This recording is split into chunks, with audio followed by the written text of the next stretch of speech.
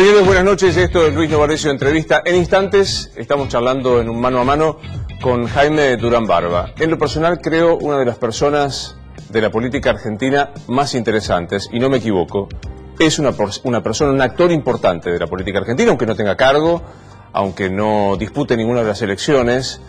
Es alguien cuando uno habla con Mauricio Macri y le pregunta por Durán Barba, es de las pocas veces que se detiene, piensa el presidente y comienza con una serie de elogios interminables. Me parece que para el presidente de la Nación, si hay que pensar en algún tipo de personas que lo rodean, que tienen el elogio permanente, hay que mencionar a tres, cuanto menos. A Marcos Peña, a María Eugenia Vidal e inmediatamente a Jaime Durán Barba. Algunos dicen es el arquitecto, el inventor de la estrategia que permitió que Macri sea en la política el presidente de la Nación. El hombre que le aconsejó no unirse con Sergio Massa porque eso era la derrota. Hoy parece fácil entenderlo. En aquel momento algunos opinábamos, y me incluyo, que el no acuerdo con Sergio Massa era la imposibilidad de ganarle al kirchnerismo, de ganarle al peronismo. El hombre que vio en Gabriela Michetti un lugar en la vicepresidencia, pero no en la jefatura de gobierno de la Ciudad de Buenos Aires, y sí pensó en Horacio Rodríguez Larreta. El hombre que algunos dicen tiene como una especial debilidad política por Marcos Peña, y por eso se lo piensa como un sucesor de Mauricio Macri. En instantes estamos hablando de todo esto y de alguien que alguna vez se definió como peronista, porque vivió en nuestro país. Insisto, es Jaime Durán Barba y vamos a charlar con él. Día otra vez muy movido en materia de cuestiones. Florencia Kirchner en Comodoro Pi presentando un escrito pidiendo que la sobresean, no declarando, causa Otesur. Sigue la cuestión de Van der Brelle, Amado Vudú, Núñez Carmona. La mirada de lo que ha ocurrido con estas 10 horas de declaración de Diego Lagomarsino. Accedimos a la declaración indagatoria en una parte en donde ha repetido sistemáticamente Diego Lagomarsino lo mismo.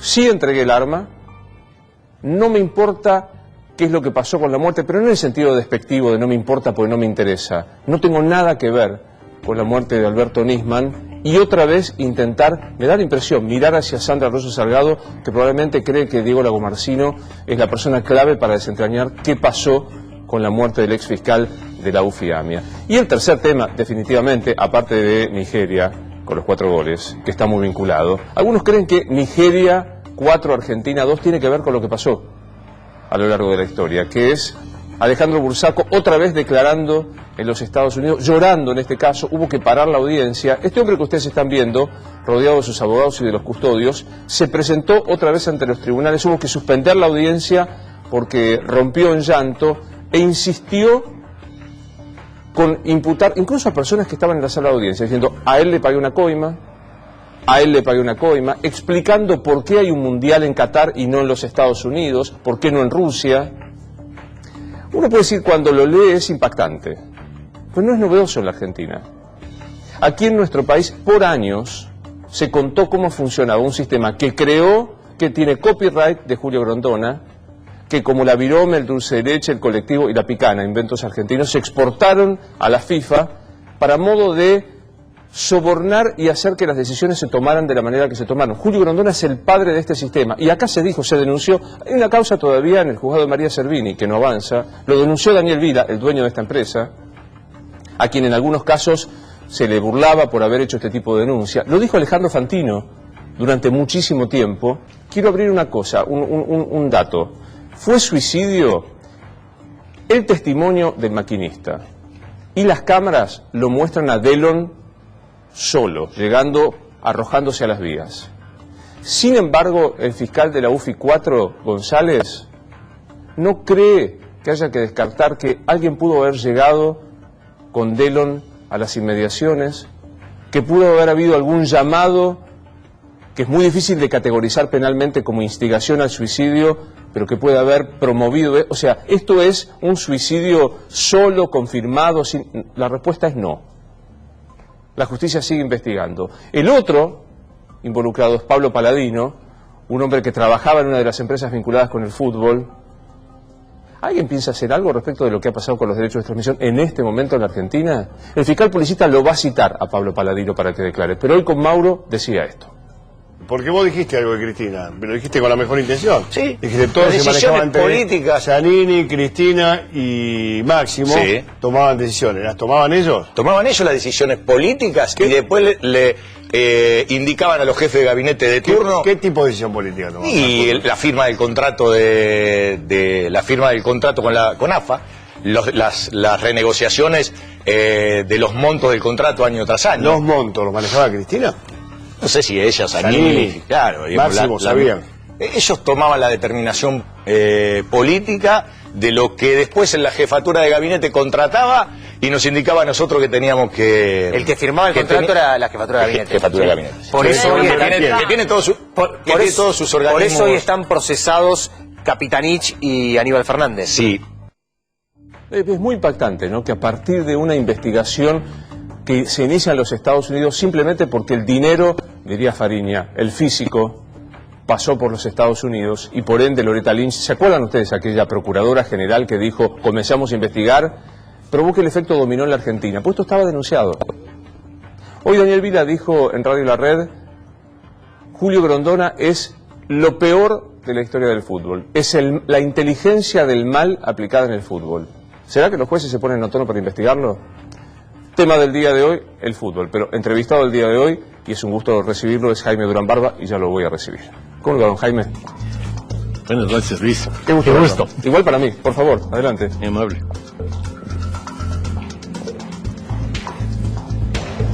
¿Cómo anda, bien? Muy bien, felizmente, muy bien. Qué bueno.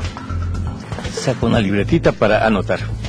Es de anotaciones, ¿está muy bien? Sí. Yo tengo la mía, confieso que me cuestan los dispositivos electrónicos. Bueno, ¿arrancamos? Yo escribo mucho sobre tecnología, pero me es difícil manejar mucho. Es que no se puede. Bueno, arrancamos. Gracias por venir esta noche. Un honor, un gusto y felicitaciones por este magnífico premio muy merecido. Muchísimas gracias. ¿Cómo lo presento? Jaime Durán Barba, coma... Profesor. Profesor. Sí. Es lo que más me apasiona en mi vida, dar mis clases, escribir. Mi mundo académico es el centro de lo que hago. Además, hago consultoría política, además leo mucha poesía, además estudio muchas religiones. Tiene un doctorado en Derecho Escolástico, si no me equivoco, ¿no? Yo originalmente estudié Derecho. Mi padre quería que me haga abogado. Me interesó estudiar filosofía. El Vaticano II permitió que quienes no éramos religiosos podamos estudiar en la Facultad de Filosofía de los Jesuitas, y entonces ingresé ahí por eso. Y me encantó, pasé 4 años estudiando escolástica. En el último semestre de ese curso fue profesor mío un mendocino, Enrique Dussel, excelente teólogo y filósofo, un tipo brillante. Y me vine por eso a Mendoza para hacer mi doctorado en filosofía en Mendoza. Llegué justamente en 71, momentos convulsionados, fue elegido cámpora. Mendoza era una ciudad particularmente tomada por la tendencia de izquierda del peronismo. El gobernador era Martínez Vaca. Viví una experiencia muy interesante ahí. Después pasé a la Fundación Bariloche a estudiar en el sur, en Bariloche. Estuve algunos años ahí. Una experiencia maravillosa. Tenía un gran nivel académico. Ahí conocí a Manuel Mora y Araujo, que fue mi maestro, el maestro que me inspiró el cambio, porque yo no creía en la democracia, en las encuestas ni nada de esto. Yo no creía ni en la democracia, ni en las encuestas, ni en nada de esto. Pero, ¿No creía en la democracia? No estaba de moda en ese tiempo. Sí. Hay que ponerse en lugar de... Claro, los 70 que fueron una cosa espectacular. Yo, si me fuera posible volver a vivir los 70, los viviría igual. Yo armé con mucho entusiasmo manifestaciones, suponiendo que alguien me hacía caso para que el imperialismo salga de Vietnam. Es obvio que nadie se dio cuenta. Hicimos una caminata enorme de tantos kilómetros con cientos de jovencitos. Y en Ecuador tenía su influencia las FARC, que en ese momento eran otras FARC. Muchos intelectuales estaban metidos con las FARC. Y sobre todo el movimiento de poesía, el nadaísmo colombiano, que fue espectacular. Me quedo pensando, ¿viviría los 70 igual, incluso con la violencia? Yo no hice nunca violencia. Tenía una posición que no tendría ahora. Soy radicalmente pacifista. Pero yo nunca...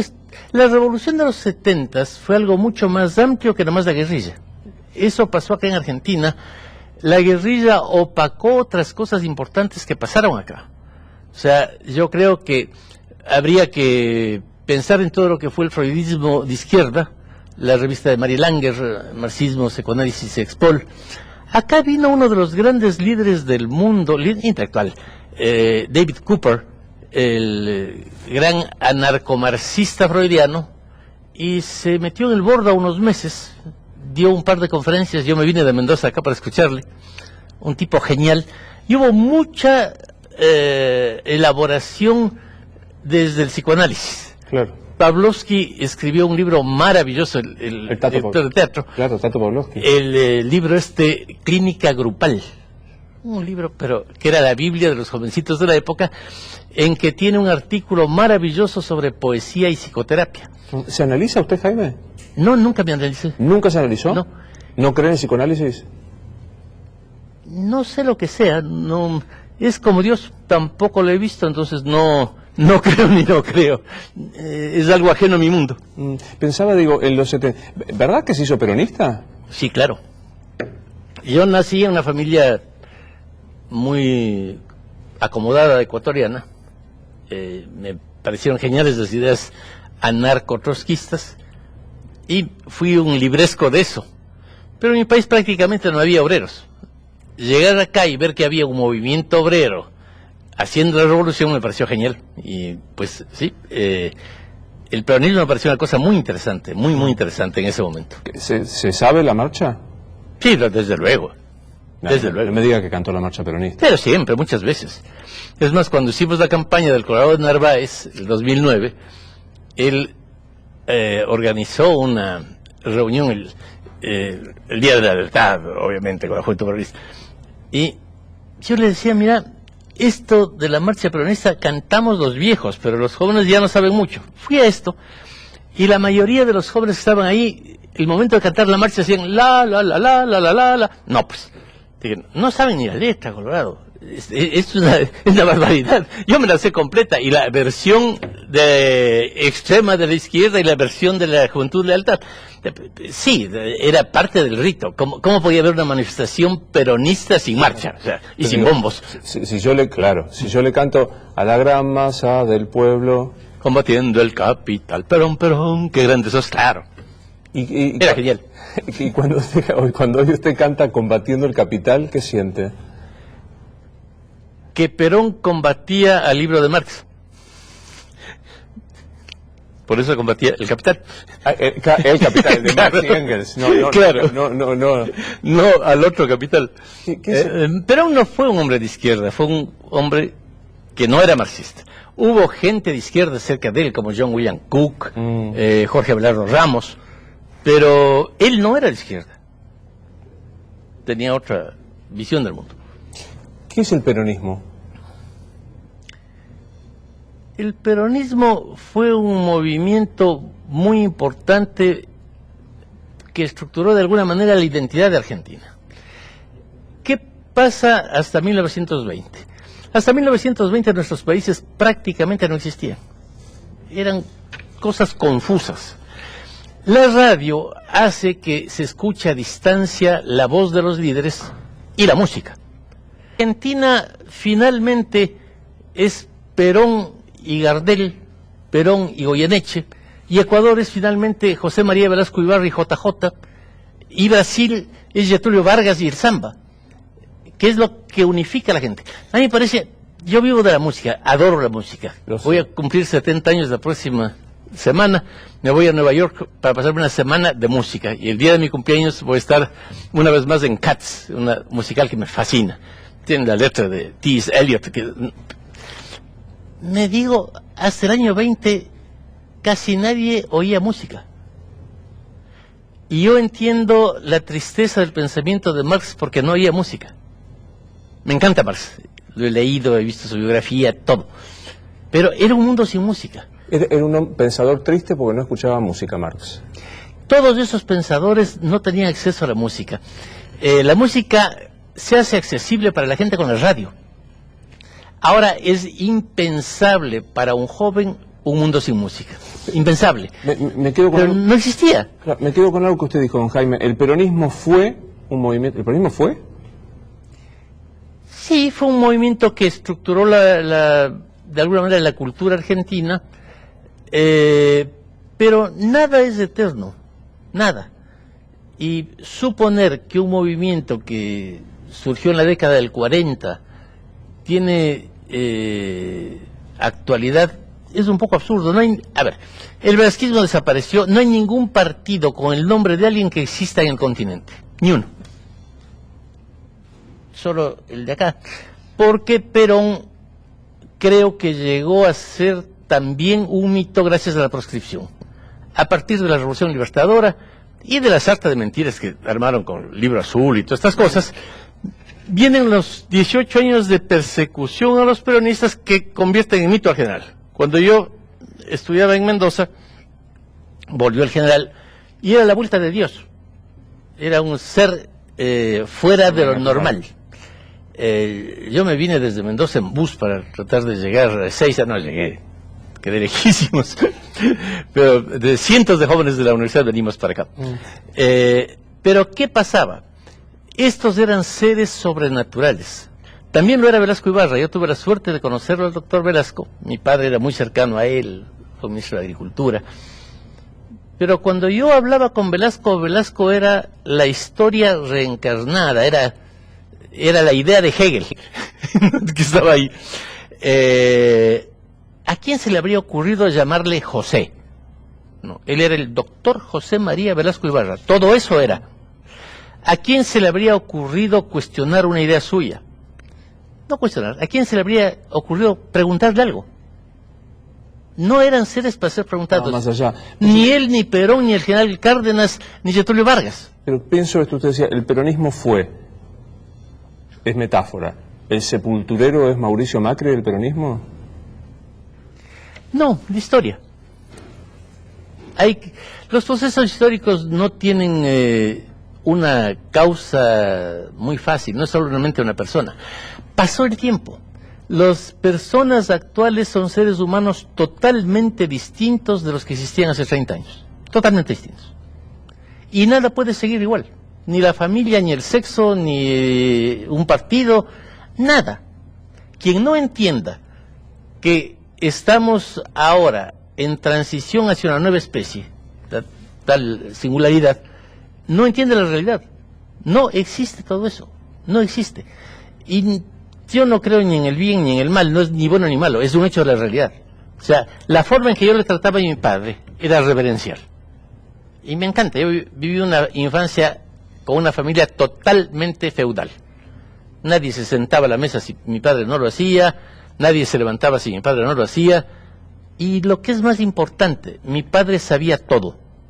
Si cualquier persona me preguntaba, ¿dónde está Venus? Iba, papá, ¿dónde está Venus? Y ahí estaba la verdad, era la verdad. Actualmente eso cambió. Yo me llevo muy bien con mi nieto, que a los 7 años ya, viejo, levántate, que ni sé qué. Y si le digo algo, consulta directamente con Dios. Saca su celular, ven al Google y dice, no, viejo, estás equivocado. Es muy Ahora, usted dijo algo que me impacta. Pero eso es terrible, porque claro. David Cooper, cuando hace toda su teoría del anarquismo, dice, la revolución anarquista funcionará cuando el sometido sepa que sabe más que su dominante.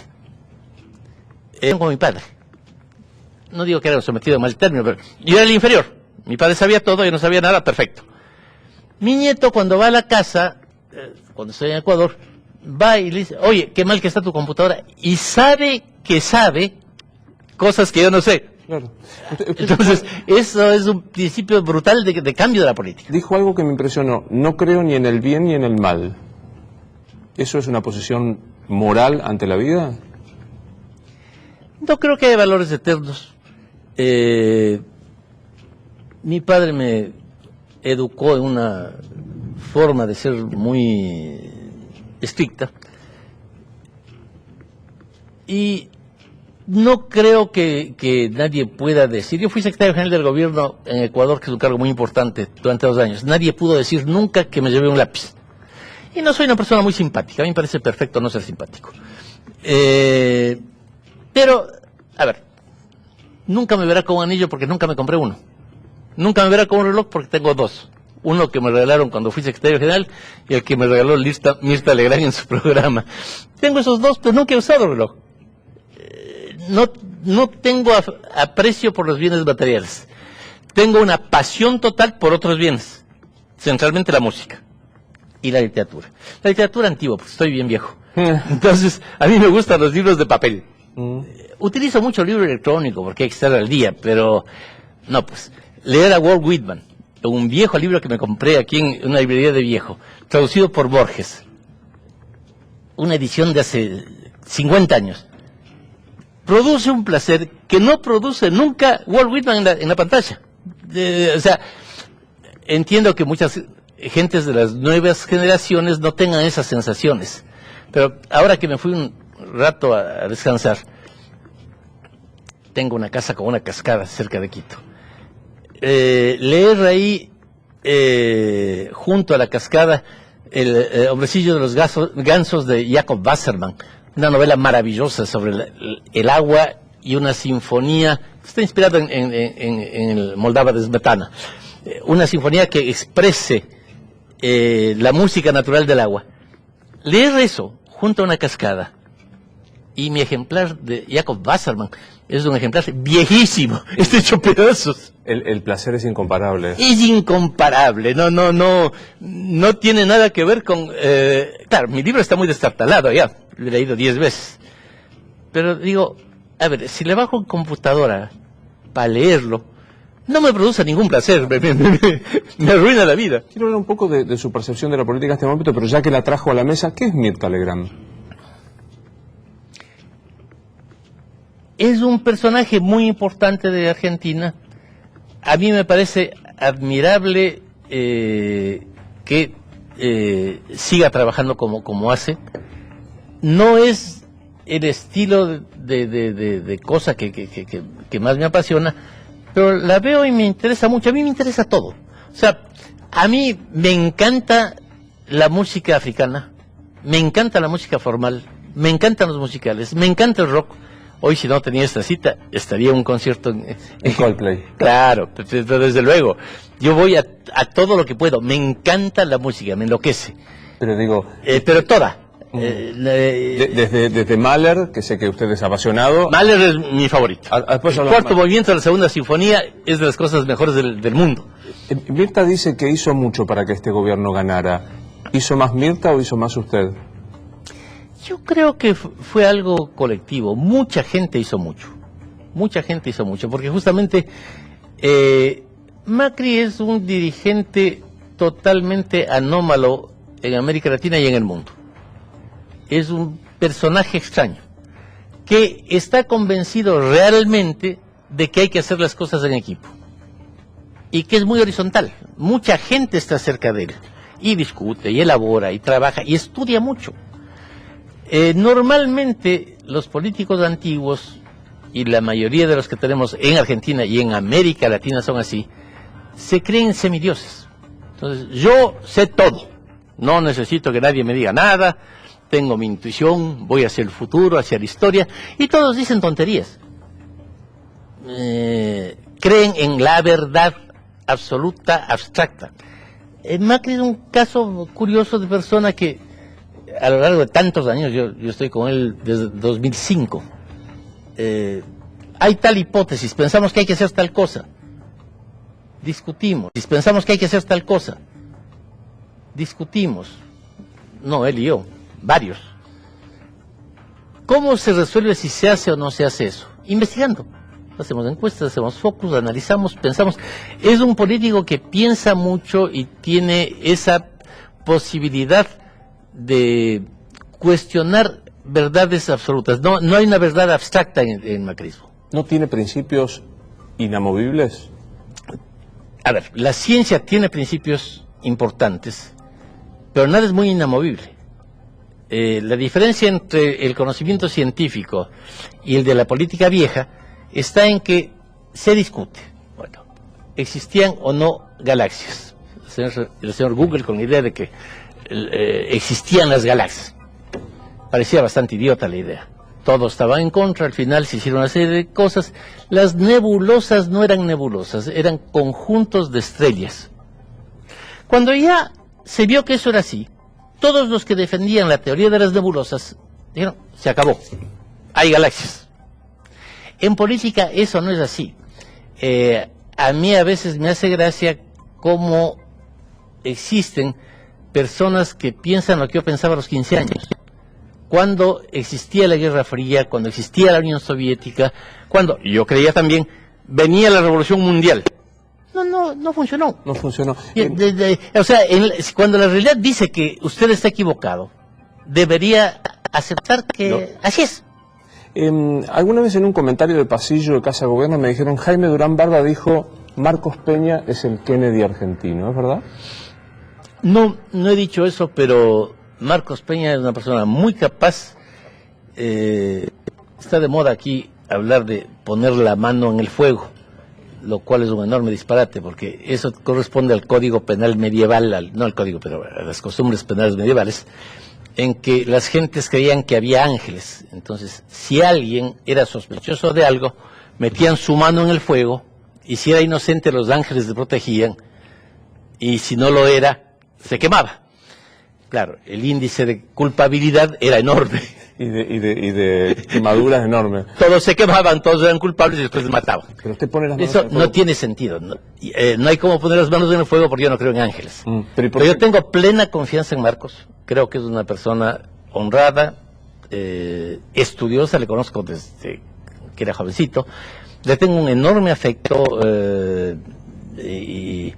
A ver, hay un equipo de gentes con los que empezamos a trabajar desde fines del 2004, en el que está María Eugenia, Marcos, Horacio, desde luego Mauricio, que era el líder de todo este grupo, y bastantes más. Yo tengo una enorme confianza en esa gente, enorme confianza. ¿Quién es el sucesor de Macri? Lo dirá la vida. Creo que es mucho tiempo. Ya metí la pata. Estoy admitiendo implícitamente la reelección, pero sí, honestamente creo que lo más probable es que Mauricio se reelija. Entonces estamos hablando de algo que ocurrirá dentro de 6 años. 6 años en América Latina en general y en Argentina en particular es casi 10 siglos. Pasará cualquier cosa. Ahora, en el PRO hay varias personas de primera. Yo a María Eugenia Vidal le tengo una enorme estima, la conozco a fondo, una mujer valiente, inteligente, llena de méritos, de cuya honestidad no dudaría de ninguna manera. Marcos es igual, Horacio es igual. Y le podrían mencionar 20 nombres más. En el PRO se formó mucha gente. A lo largo de estos años estudió, hicimos seminarios, fuimos construyendo un sueño bajo liderazgo de Mauricio, pero hay mucha gente excelente y yo creo que alguno de ellos podrá ser candidato cuando Mauricio... Comparto con usted que 6 años es una enormidad inasible. En la Argentina es increíble. 6 minutos es mucho. Pero juguemos con las hipótesis de hoy. ¿Le seduce una fórmula Mauricio Macri, María Eugenia Vidal? No.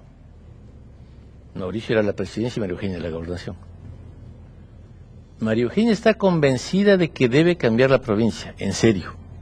Es una tipa convencida de lo suyo. Yo la conozco mucho, he conversado mucho, estuve metido de fondo en su campaña para la gobernación, esta vez en la campaña para la... Es una persona que cree cosas en serio. Y la primera cosa que es en que hay que cambiar la provincia.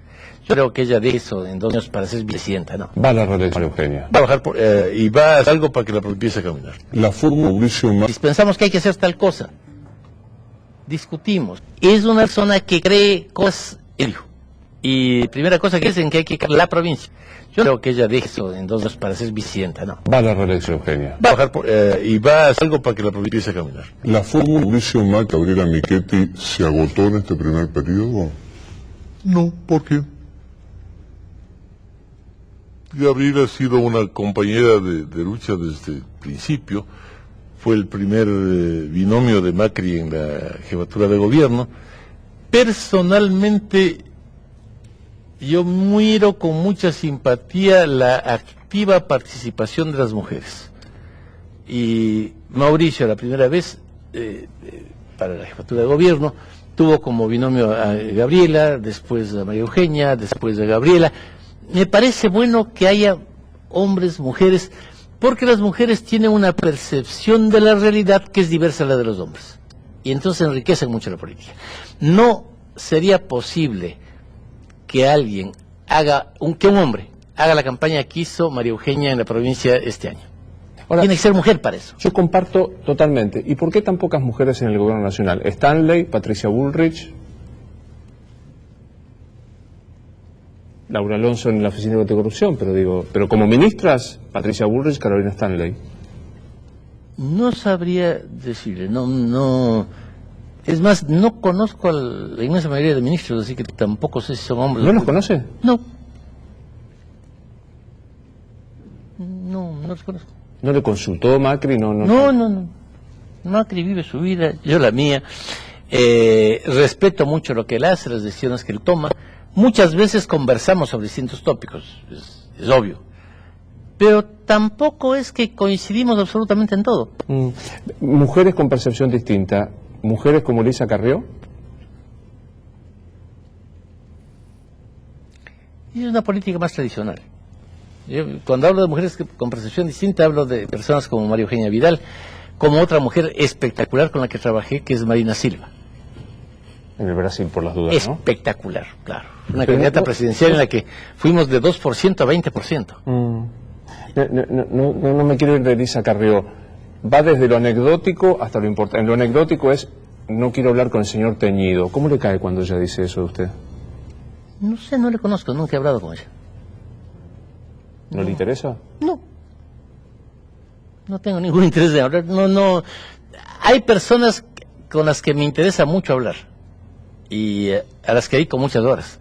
Porque aprendo mucho. No solo personas con buena imagen, ojo.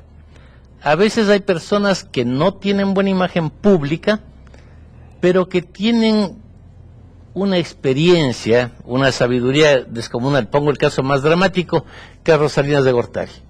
Tiene una pésima imagen. Y es probablemente la persona más brillante que yo he conocido en América Latina. Le ofrezco un café. Tiene que elegir entre dos personas para tomar un café. Elisa Carrió o Cristina Kirchner. Busco en dónde hay té.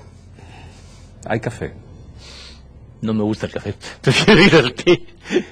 ¿Un té con Cristina o con Lilita? Respeto mucho a ambas.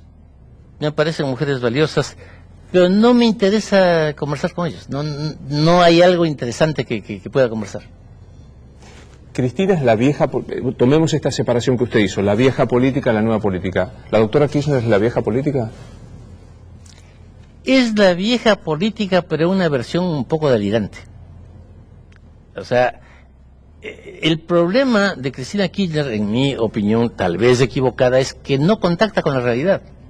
Es una persona que está en las locuras de la ideología antigua y entonces no llega a topar la realidad. Eso es muy peligroso, es muy complicado. Y no lo digo porque sea opositora a mi forma de ver el mundo, pero si vemos en la realidad pasa eso, ella no contacta con la realidad. Está viviendo un mundo artificial creado por sus fantasías y las de su entorno, que cada vez es más pequeño. Ese es el problema de ella. A ver, hay políticos antiguos espectaculares. Uno que he mencionado, Carlos Salinas, y en Argentina puedo mencionar un tipo como Carlos Corach, tipo sumamente interesante. Yo con Carlos me he reunido muchas veces para aprender. Aprendo mucho de una persona que es sabia. Gil Avedra, hombre muy interesante, lo que dice, lo que piensa. Hay muchas gentes en distintos partidos. También en la izquierda. Yo he tenido mucha relación con mucha gente de izquierda, el Partido Comunista, y en Argentina pasó algo raro, y es que el Partido Comunista Argentino fue una escuela de cuadros, en la que se formaron un poco de gentes que después salieron del partido, pero tienen una formación interesante. tienen algo semejante a los jesuitas, un orden mental curioso. Una disciplina aparte. Sí. Quiero cerrar el capítulo. Aunque se fueron del partido después, Bueno, la mayoría. Eso. Pero el partido los formó, fue bueno. Quiero cerrar el tema, Cristina. Usted dice, no topa, no conecta con la realidad. Si quiere más agua, Sí, muchas gracias. por favor.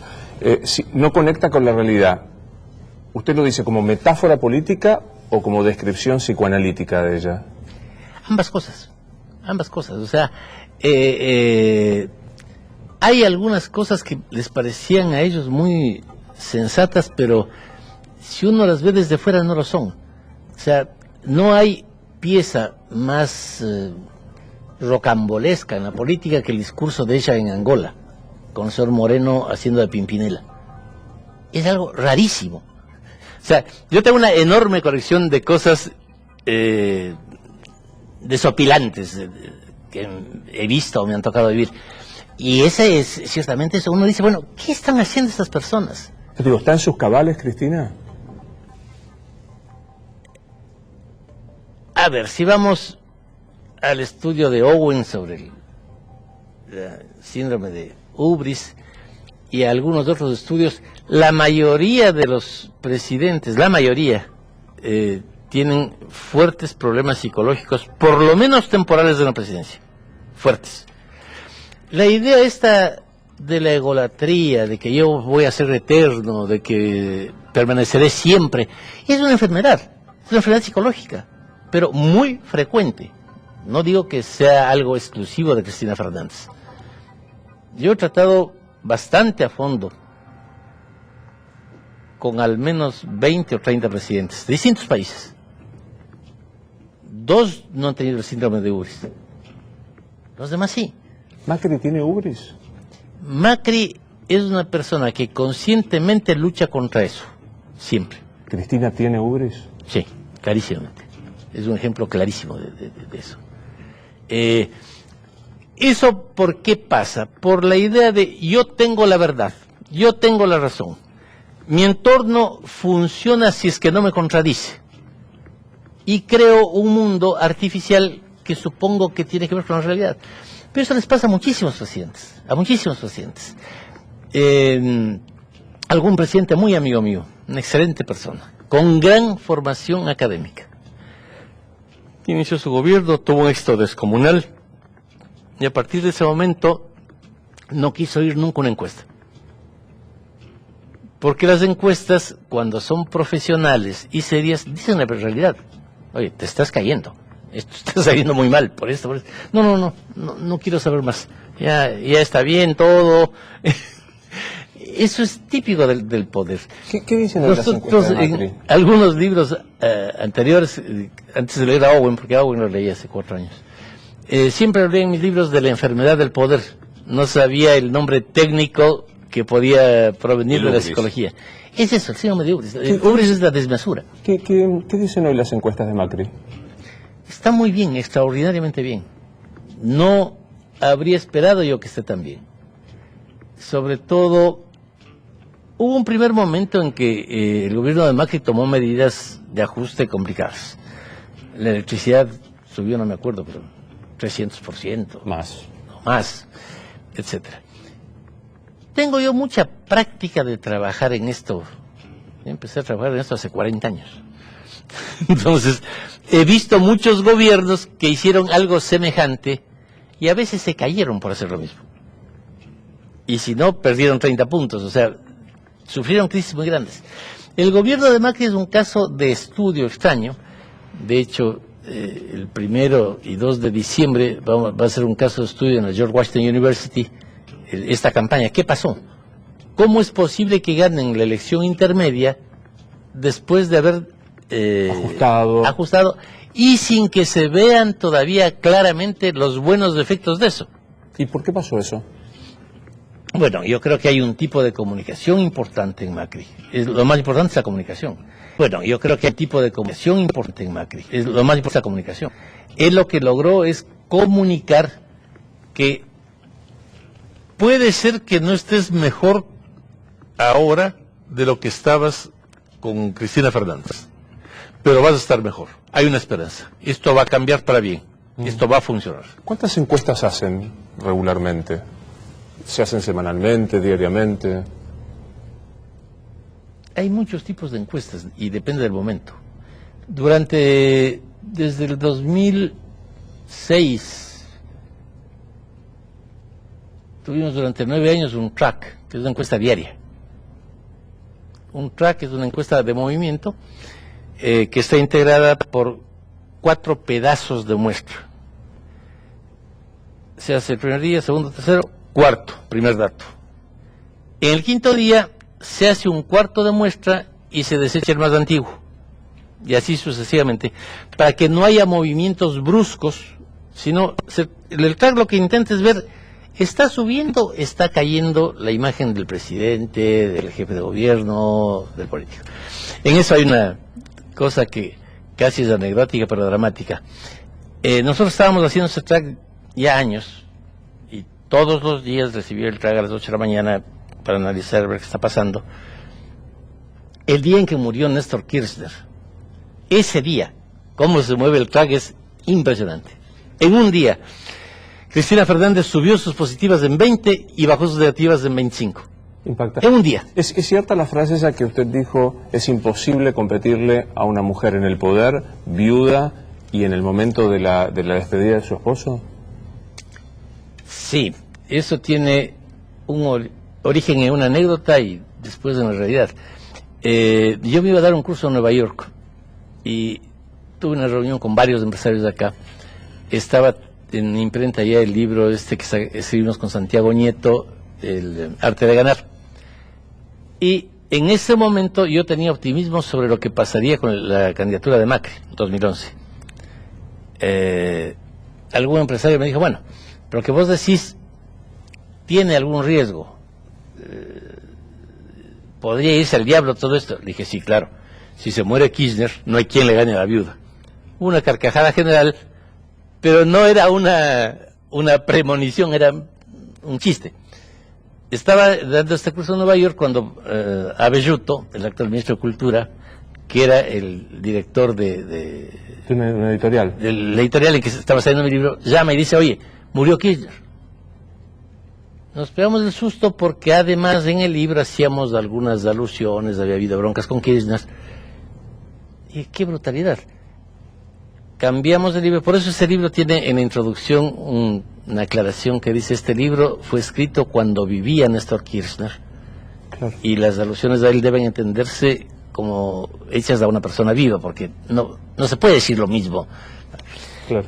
Pero cuando volví, de siempre hicimos estudios, vimos, era imposible porque técnicamente puede ocurrir que por un evento se disparen las cifras, pero normalmente después descienden y se normalizan. En el caso de Cristina Kirchner subieron y se quedaron en ese nivel. 1, 2, 3 meses, no había remedio. Y entonces, analizando con frialdad los datos, era claro que Macri iba a perder las elecciones. ¿Qué le importa más, Jaime, las encuestas o la tapa de los diarios, lo que dice Infobae o lo que dice la tele? Las encuestas son lo único que permiten saber la realidad. Es como... El símil es adecuado con la medicina. Si yo voy a un hospital y el médico me dice, te voy a operar el corazón, venía al quirófano y digo, no, un momentito. Primero quiero que me hagas una radiografía, un examen de sangre, una tomografía o cualquier cosa. Yo soy bien ignorante en eso. Pero esas cosas que hacen los médicos. Y después de esos exámenes me dejo operar. Esas son las encuestas, los focus group, la reflexión, porque también se trata de estudiar datos demográficos, datos electorales, de investigar mucho la realidad. Si una tomografía social, la encuesta, dice, no, la gente está pidiendo que vayamos en este sentido, ¿el candidato debe hacerlo aunque no piense eso? No. La encuesta lo que permite es conocer qué piensa la gente.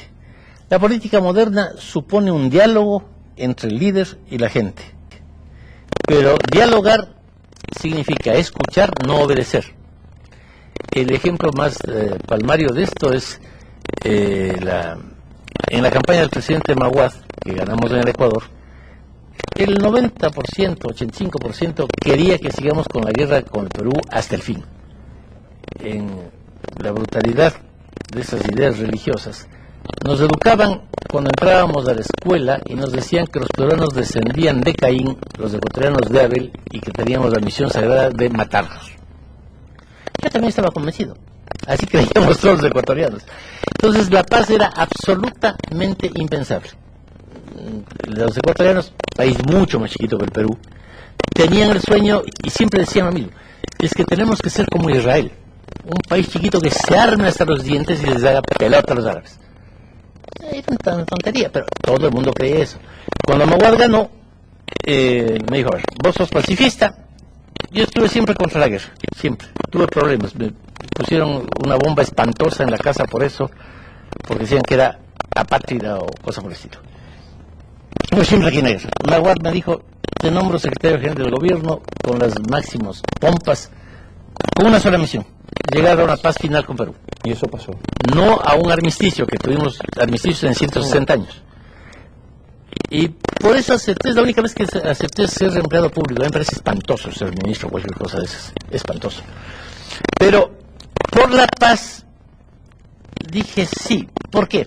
Porque las encuestas que había hecho Santiago Nieto, que es el experto en este lío, cuando usted preguntaba,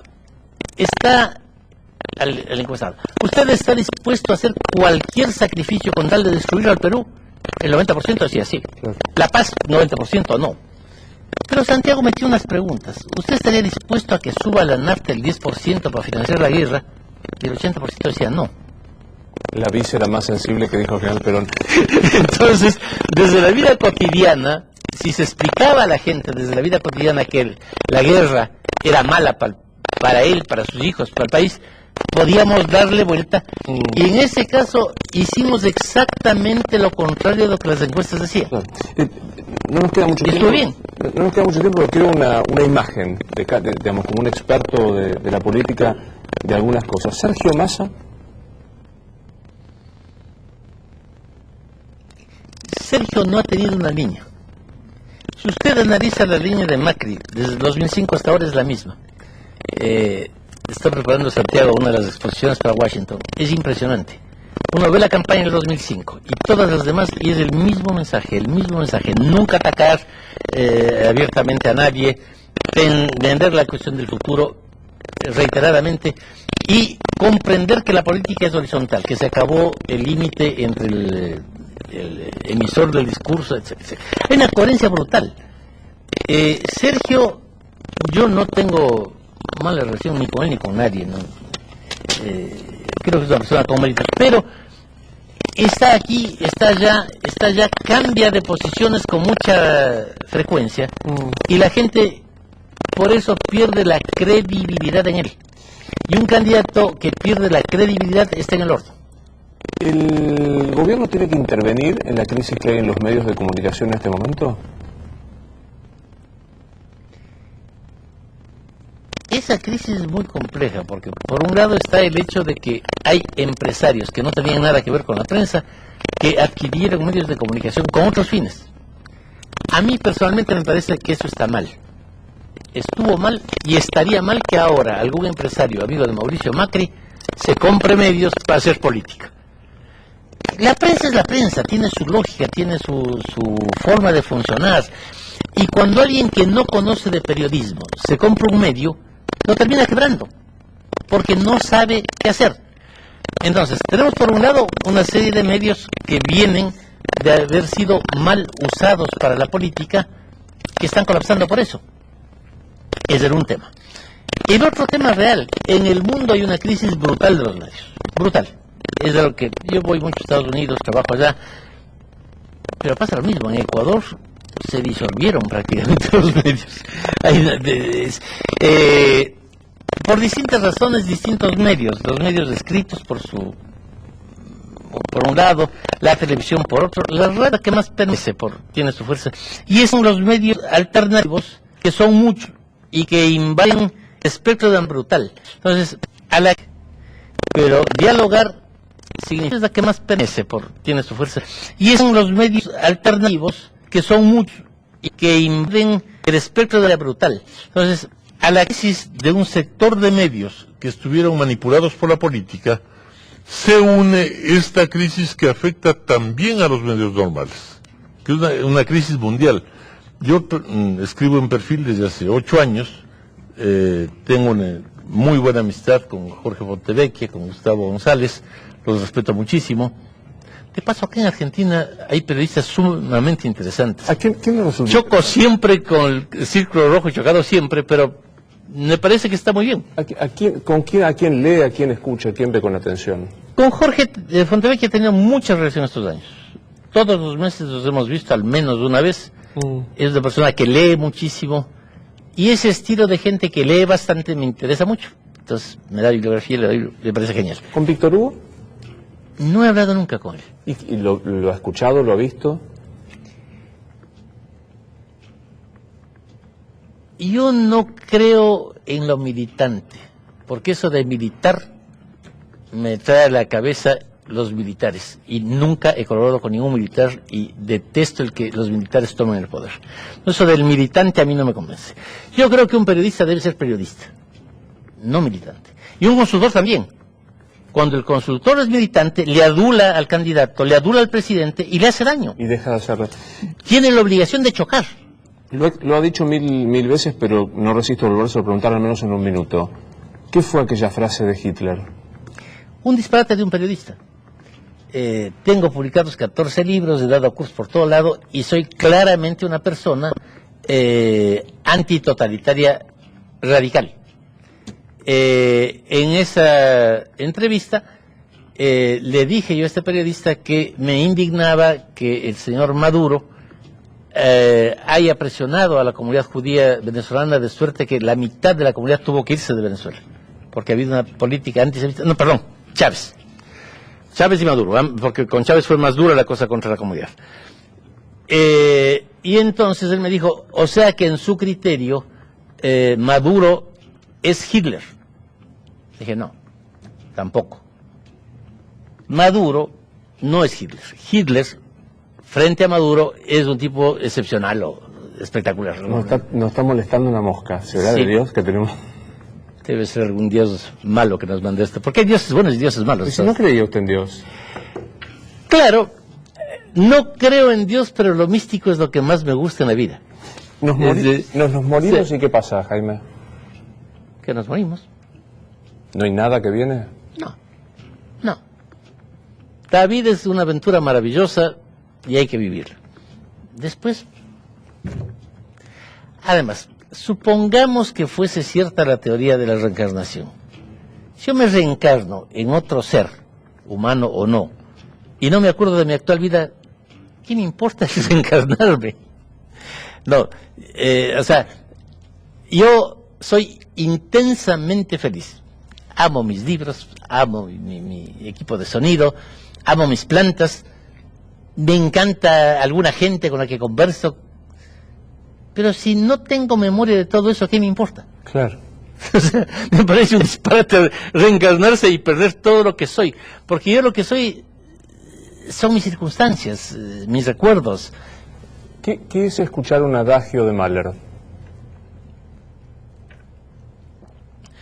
Mahler fue un músico excepcional y hay 3 cosas en música, tal vez 2, que me conmueven muchísimo. La una es el 4º movimiento de la segunda sinfonía de Mahler, en que cantan acerca de los alimentos del cielo. Él recogió algunas leyendas y poemas populares alemanes y algunas de estas leyendas o poemas introdujo en su música. A mí eso me electriza, el 4º movimiento me electriza. Hubo una maravillosa soprano, Carina van der Meer, yo le oí por la radio, y una vez estaba trabajando en Nueva York, hice un viaje de Nueva York a Viena para escucharle y volví inmediatamente a Nueva York, porque me atraía tanto la forma en que ella interpretaba a Mahler, que por Mahler he hecho locuras. Me parece un tipo sensacional. ¿Por Macri haría locuras? Soy entusiasta de su proyecto, lo apoyo con todas las fuerzas, No, la música es la que más pertenece, por todo. Lo apoyo con mis fuerzas, pero no, la música y los dioses me pueden hacer, hacen que yo haga locuras. No por Macri. No. Tengo una enorme confianza en él. Le tengo mucho afecto. A él, a su señora, a sus hijos. Pero no. O sea, locuras, ¿qué significan locuras? Irte a un monasterio budista cerca de Katmandú, a 30 kilómetros, es un monasterio maravilloso que está en una peña, casi en el aire. Y pasarte 3 días leyendo ahí la misa sobre el mundo de Teilhard de Chardin, que es uno de los textos más hermosos de la mística cristiana. Entonces, pasar en un monasterio budista leyendo un texto cristiano siendo agnóstico. Esto es una locura. Pero he disfrutado con eso de manera absolutamente impresionante. En este programa jugamos con las reencarnaciones, pero con la ventaja de que se acuerda qué pasó, porque si no, no tiene gracia. ¿Qué? Si no, no tiene sentido. Si no, no tiene gracia. ¿Reencarna en Néstor Kirchner, Jaime? Como diríamos en el póker, paso. ¿Reencarna en Cristina? A ver, sería muy difícil reencarnarme en uno de ellos porque soy totalmente distinto. No significa ni mejor ni peor. Pero soy una persona que respeta profundamente a los demás. Yo no creo que existan personas que defienden los derechos humanos si no están preocupadas por los derechos humanos de sus enemigos. El que defiende derechos humanos para él y sus cuates y para perseguir a otros, de barbaridad. Te pongo una persona que es así en Argentina, Graciela Fernández Mejía, una mujer maravillosa. Pero ella también piensa que tienen derechos humanos personas a las que legítimamente detesta. En el juicio a las juntas, ella pidió que no correspondía jamás la aplicación de la pena de muerte con los secuestradores y asesinos de su hijo Pablo. Y el libro de ella, No eran héroes, es un libro maravilloso, y sus entrevistas con ex guerrilleros, porque eso es creer en los derechos humanos en las instituciones. ¿Reencarna en Marcos Peña?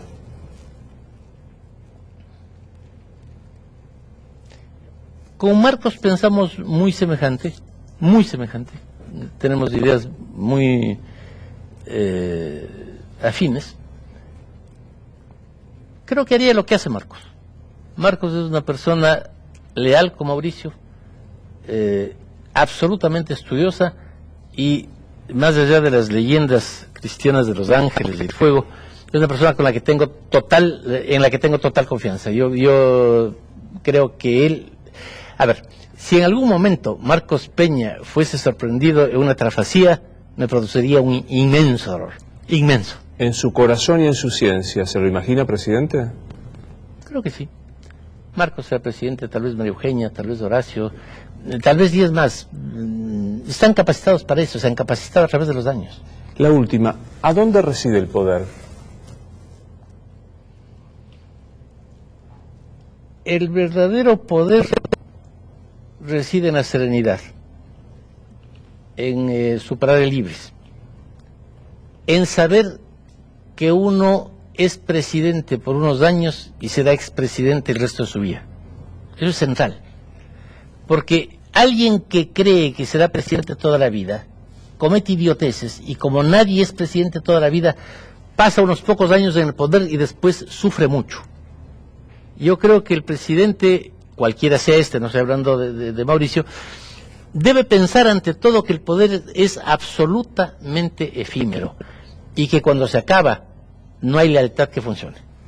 Entonces, pensar en ser expresidente es buenísimo. ¿Hay algo que no le pregunté que le hubiera gustado que le preguntara? No tendría claro, creo que es una entrevista buena. Ya tuvimos alguna entrevista antes por el libro. Me encanta su estilo y he disfrutado mucho de la entrevista. Ha sido muy amable en venir. Gracias por venir. Gracias. Esto es Luis Novares, entrevista. Hasta mañana.